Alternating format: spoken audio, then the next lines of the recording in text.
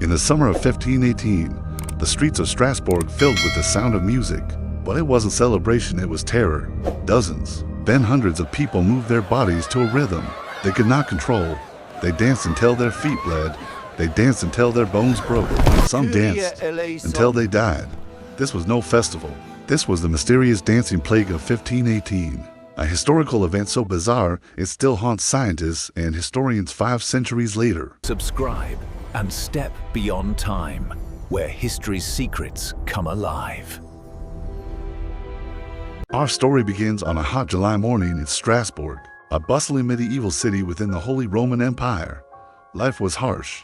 Famine, disease, and poverty shadowed every home. Religious superstition dominated daily life, and in this atmosphere of fear and uncertainty, one woman stepped into history.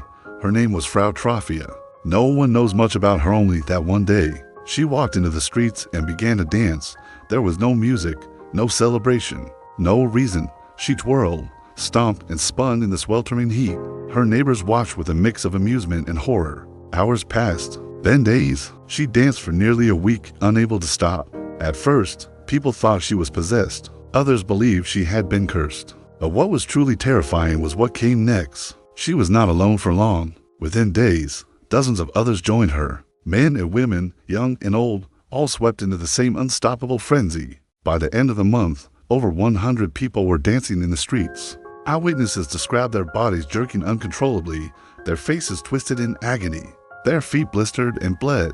Some collapsed, only to rise again and continue. This was no joyful celebration. Survivors reported overwhelming dread, as if an invisible force commanded them to move. There was no rest, no escape. Chroniclers of the time wrote that many dancers dropped dead from exhaustion, strokes, or heart attacks. Others simply vanished. The city's leaders were desperate. What could cause such madness? Was it disease, a punishment from God, or something far darker? In the 16th century, medicine was a strange mix of superstition and primitive science. Physicians were called to examine the afflicted. Their conclusion was shocking. This was not possession, nor witchcraft. Instead, they believed it was an illness of the blood, an imbalance of hot blood that can only be cured by more dancing. Yes, the city authorities ordered that the dancers should continue. They cleared spaces in the city, built wooden stages, and even hired musicians to accompany the sufferers. The hope was that if they danced long enough, the plague would burn itself out. But this decision only worsened the nightmare. More and more citizens fell victim. Music filled the air, not of celebration, but of despair. The streets of Strasbourg became a stage for death. Centuries later, historians and scientists continue to debate what happened in Strasbourg in 1518. How could hundreds of people dance themselves to death? Theories abound, each more fascinating and chilling than the last. Some believe the dancing plague was a case of mass psychogenic illness, what we now call mass hysteria. In times of extreme stress, fear can spread like wildfire. Strasbourg was suffering from famine, disease, and deep religious anxiety. Perhaps the people's minds broke under the weight of despair, and dancing was their release. But could stress alone cause hundreds to move until their bodies gave out? Another theory points to ergot, a toxic fungus that grows on rye bread. Ergot contains chemicals similar to LSD.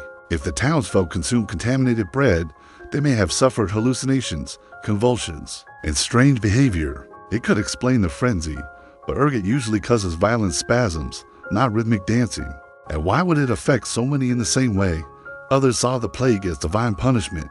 The church suggested the dancers were cursed by Saint Vitus, the patron saint of dance and epilepsy. Desperate families carried sufferers to shrines, praying for forgiveness. Could the belief in a curse have fueled the outbreak? Faith and fear are powerful forces. Some historians argue that dancing was not illness at all, but protest. The peasants of Strasbourg lived under crushing taxes and famine. Perhaps the dance was a form of rebellion, a dangerous, chaotic cry for help. Yet the sheer physical toll suggests more than simple protest. And then there are those who suggest the truth may never be known. The dancing plague could have been a unique convergence of psychological trauma, toxic food, and religious belief, an event so strange it may never repeat. Or perhaps it was something science still cannot explain. After weeks of madness, the plague finally faded. The dancers were carried to shrines of St. Vitus in the countryside, where many recovered. But the scars remained on the victims, on the city, and on history itself. Strasbourg was left shaken, its people haunted by what they had witnessed. No official record tells us exactly how many died, Some chronicles say dozens, others hundreds. What is certain is that the city never forgot. The dancing plague entered legend as one of the strangest and most terrifying events of the Middle Ages. The dancing plague of 1518 was not an isolated incident. Similar outbreaks of uncontrollable dancing were recorded in Europe during the Middle Ages, though none as large or deadly as Strasbourg.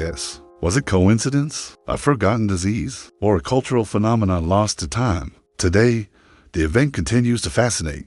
Books, documentaries, and even plays retell the story. Scientists study it as a case of mass hysteria. Psychologists use it as an example of the mind's power over the body. And storytellers whisper it as a cautionary tale of what happens when fear, faith, and desperation collide.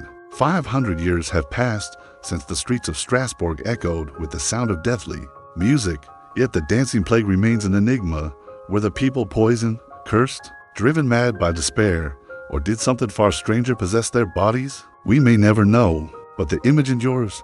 Men and women, trapped in a dance they did not choose, their lives extinguished by a rhythm only they could hear. Perhaps the most haunting part of the dancing plague is not how it began, but that it could happen again. What do you believe happened in Strasbourg in 1518? Was it science, superstition, or something beyond our understanding? Sometimes, history's strangest mysteries remain unsolved. Subscribe now and join the adventure. Don't miss what's next.